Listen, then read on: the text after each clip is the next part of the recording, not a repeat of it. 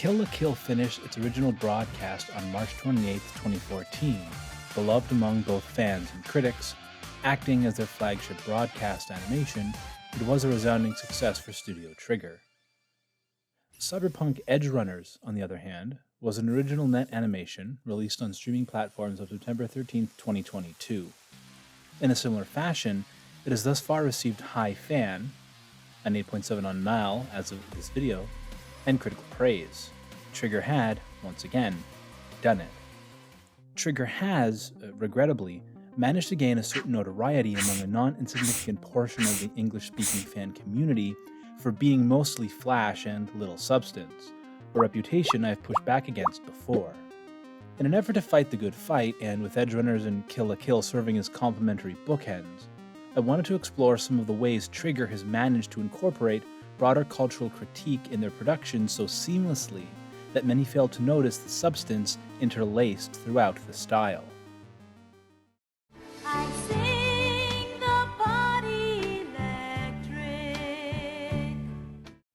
One of the fascinating elements which ties both Edgerunners and Kill la Kill together is the way each approaches the topic of the body. Both feature teenage protagonists who are framed as outsiders, who become recognized in their respective societies only after they obtain commensurate technology. David, his Sandivistan, and Ryuko, her Kamui Senketsu. This in turn affords them the opportunity to develop some semblance of agency. They now have the power they need to compete, and maybe even excel. The cybernetic aesthetic is of course the main draw, the point of Edgerunners. This is a story about cyborgs after all. But the same thing is true of Kill la Kill. It is fundamentally also a story about cyborgs, if framed in a non-intuitive way. In her 1985 essay, Manifesto for Cyborgs, feminist author Donna Haraway noted, "A cyborg is a cybernetic organism, a hybrid of machine and organism, a creature of social reality as well as a creature of fiction. Social reality is lived social relations, our most important political construction, a world-changing fiction." Haraway's definition is significantly more encompassing than the more traditional forms centered in Edgerunners, but even here there is seemingly more at work. When the narrative begins, David is already a cyborg. Living in Night City, being a citizen, even a poor one, necessitates that one already have several implants, the most basic being chipware. This is the functional equivalent of someone owning a smartphone.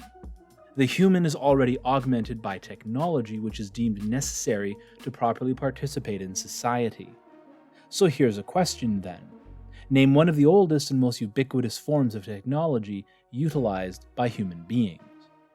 The dominant technology utilized in Kill la Kill is clothing, specifically uniforms, which contain a material called life fibers, the use of which grants their wearer enhanced strength, speed, endurance, and so on.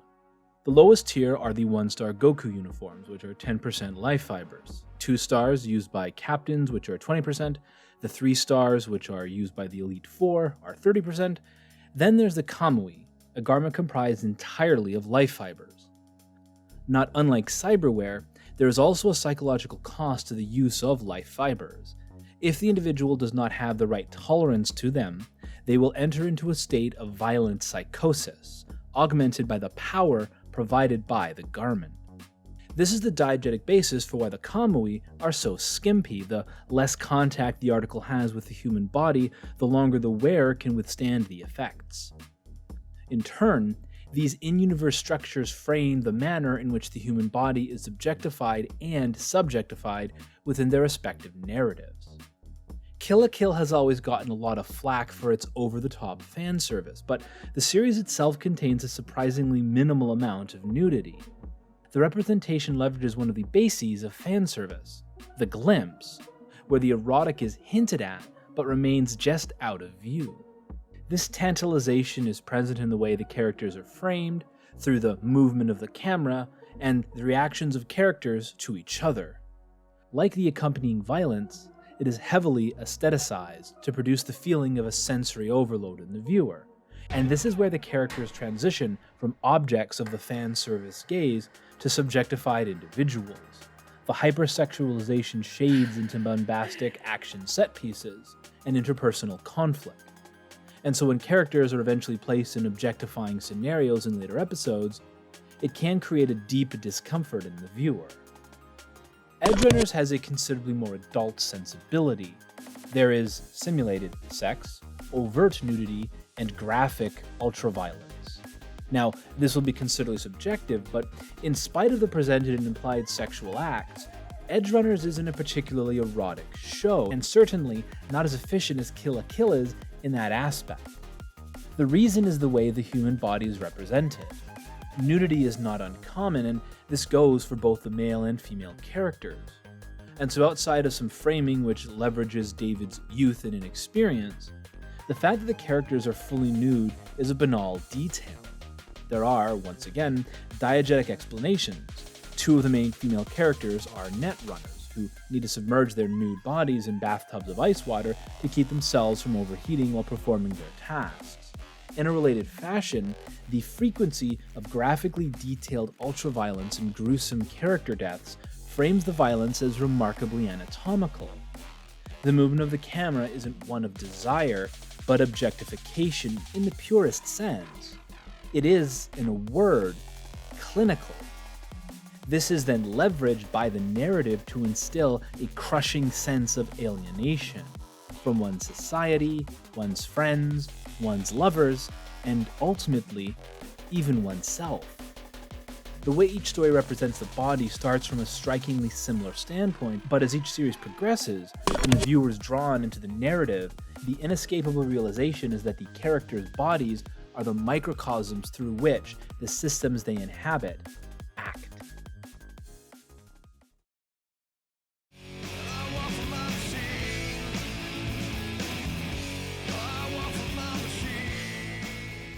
Most of the narrative of Kill la Kill occurs in Hono City, an artificial island situated in Tokyo Bay. Stratified by social class, it is dominated at its pinnacle by the eponymous Honoji Academy. The town is the physical manifestation of the hierarchical structure of the student body, which is segregated based on the individual performance of each student. And this is where the Goku uniforms I mentioned become important. The majority of the student body are no stars, and so they occupy the lowest section of the hierarchy, and the slums at the base of the town. This is the ideology of the meritocracy laid bare. If you are skilled enough, you will be recognized by the system and advance as far as your talents will take you.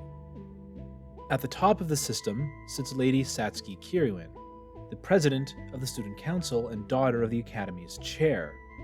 Her immediate subordinates are the Elite Four. Handpicked by Satsuki herself, they possess the 3-star Goku uniforms.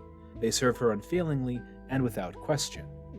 Beneath them come the clubs, the heads of which are gifted 2-star Goku uniforms, and then club members and students of note wear 1-star uniforms. This is the system into which Ryuko enters as an outsider. In the case of Edgerunners, most of the narrative takes place inside Night City, a sprawling metropolis which is controlled by 2 megacorporations, Arasaka and Militech, respectively. Owing to the longevity of the Cyberpunk franchise, the extensive lore of the world is well beyond the scope of this video. Suffice it to say that everyone who lives in Night City falls into one of the following camps: the Corpos, who are the direct employees of the corporations, the informal network of fixers, mercenaries, and gangs who operate through the black market economy, the privately owned civil agencies like the NCPD, and smaller corporate interests like the Trauma Team. All essentially work at the behest of Arasaka and Militech, in a fully realized capitalist hellscape. David, as much as the narrative frames him as an outsider, owing to the precarity of his situation, had up to the start of the series been on the Corpo track. Rather, what he is positioned against are the titular cyberpunks, the informal network of mercenary crews and gangs through which the corporations can wage proxy wars against one another without collapsing into outright hostilities. It is significant that for both Ryuko and David to advance as protagonists, they have to become integrated into these systems themselves. The way forward is not over or around, but through. This is, as has already been noted, accomplished through becoming cyborgs, but this is not without risk and great personal trauma. What emerges, however, what becomes more and more apparent as each gains in power, confidence, and the ability to assert their agency, is that these systems have in reality been far more totalizing than they could have imagined. You see, Honoji and Night City are themselves simply components of even larger networks of control. Night City, as but one megalopolis, spread out across the globe, hemmed in on all sides by the inescapable reality of unfettered capitalist expansion and exploitation, the Hobbesian state of nature, bellum omnium contra omnes, the war of all against all. Honoji, on the other hand, also exists under the auspices of a megacorporation, Revox, which, as it turns out, has been the front for a conspiracy which extends back into human prehistory. This is interesting at the level of critique because what both wider systems do is to position themselves at the logical endpoints of human nature, the teleology of the cyborg.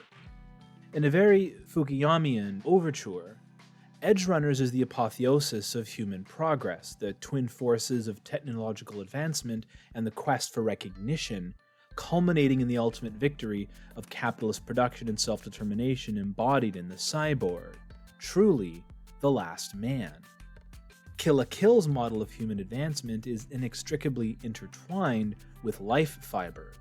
Early human DNA was manipulated by a primordial life fiber to evolve into a life form which would act as a suitable host for clothes. In a very literal way, we were always already cyborgs. Society and culture developed while the life fibers remained dormant, until humanity had grown to a critical biomass, ready to be harvested by the life fibers, to continue their cycle of reproduction across the cosmos. The striking parallelism of each series really does inform the basis of the comparison in the first place. At their core, despite both being produced by Studio Trigger, Kill la Kill and Edgerunners ultimately present very different responses to the systemic instrumentalization of the human being, embodied as they are in the cyborg. We've looked at the past, so let us now turn to the future. Here we are in the future, and it's wrong. Punk, a political manifestation of the inchoate rage and alienation of working-class youth against the societal ravages of late capitalism, was remarkably susceptible to the forces of recuperation, a regrettable flaw of aesthetic movement. So, before Pondsmith ever put pen to paper, punk had already been commodified, its specter nevertheless being carried on in the emergent grunge movement, which itself would be captured in an even shorter span of time. Edgerunners is, then, a remarkably bespoke manifestation of this ethos, because as we observe, nothing which happens in the show makes the slightest bit of difference to the system. In fact, we barely even get a glimpse of the system. The highest officials we are ever introduced to are two members of the Arasaka Counterintelligence Division, a man named Douglas and a woman named Kate. There is of course Tanaka, a corpo and an executive at that, but little else was revealed about his specific place in the hierarchy at Arasaka, but his death does not appear to have had much of an impact. The Edgerunners, then, are never in any kind of position to even begin to threaten the system. Their very existence is one of the mechanisms which allows this system to continue. Mercenaries who are hired by the highest bidder to carry out the will of the corporations, and nothing more. Not only do we witness this cycle play out, we watch it happen twice. The first time to Maine, and the second to David himself. So-called cyberpunks are so completely integrated into the system, the only meaningful act they can perform, the sole moment of agency in their lives, is the manner in which they die. And even then, even in their final act of seeming defiance, their legend becomes captured, commodified, bought, and traded. Just another tale for the next dreamer. The post-human achieved through this technological symbiosis has been a deception all along. The cyborg is instead what emerges when the human is instrumentalized for the benefit of capital, a parasite feeding off the very lives of its citizens, and what remains is a creature of limitless nihilism. The vision of the future presented by Edgerunners is one of futility, a capitalist hellscape to which there is nothing beyond, no outside to speak of. Even the moon, the representation of freedom and escape from the city, is little more than a tourist trap, a destination which provides the illusion of escape. But there is no escape. The future is not friendly. For those that value freedom, the only recourse is an indifferent ultraviolence, a world where it is better to burn out than to fade away. Kill la Kill has a very different response. Episode 7, A Loser I Can't Hate, is honestly one of the most poignant episodes in the entire series. The failure of Ryuko and Mako to bend Honoji to their will by trying to exploit the internal mechanisms of the system itself is a nearly perfect repudiation of the ethos of punk. Mako's own 2-star Goku uniform itself is a pastiche of the Bancho character type. Raging against the machine won't make a lick of difference if that rage can be absorbed by the system itself. But if Night City is leveraging the instrumentalized lives of its inhabitants to sustain itself, then what is it that Honoji is leveraging? Well, it's optimism. It's youth. Satsuki established Honoji for the sole purpose of turning the student body into a weapon to point at the heart of Revox, to stop her mother's ambition. The reason she chose teenagers is that they have the highest tolerance to life fibers of all age groups, allowing her to fight life fibers with life fibers. Given what has already been established in episode 7, it should come as no surprise that she is unsuccessful. Honoji alone is not enough to overthrow Revox and to usurp her mother. No, it will take a fully realized cyborg to accomplish this. I mentioned before the idea that both series represented the body of the main characters as microcosms of the systems they inhabit, and Ryuko exemplifies this perfectly, because as it turns out, the reason that Ryuko is able to use Kamui Senketsu, and why she can communicate with him, is that she is in fact a human life fiber hybrid, like humanity itself, always already a cyborg. Initially, this causes her great psychological anguish, but she eventually comes to terms with her cyborg nature. And I hadn't mentioned it before, but it's important to know that the Kamui relies on the blood of the person wearing them to synchronize. In a similar revelation, Senketsu has absorbed so much of Ryuko's blood throughout the series that he has also become a life fiber human hybrid himself. This mutual acceptance, a truly symbiotic relationship, is what ultimately allows Ryuko to transform Senketsu into his final form, Senketsu Kisaragi, a combination of Satsuki's Kamui and the collected life fibers of the student body, fully clothed and fully human. This form, the cyborg perfected, is how the system is finally broken. Far from being mired in a nihilistic ennui, the recognition and acceptance of humanity's cyborg inheritance allows the human the agency to secure their freedom from a totalizing system of control. The fate of the post-human subject, then, is ultimately to be liberated from the fetters of techno-mechanical instrumentalization. The cyborg future is not something to be shunned or feared. It is something which allows us to overcome our own subjugation.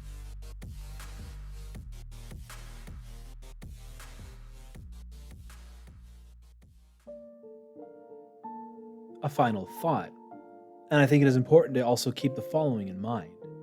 Kill la Kill was an original property conceived in toto by Studio Trigger, produced for broadcast television. There was a short-lived companion manga which was released concurrently with the anime but ended after only 17 chapters.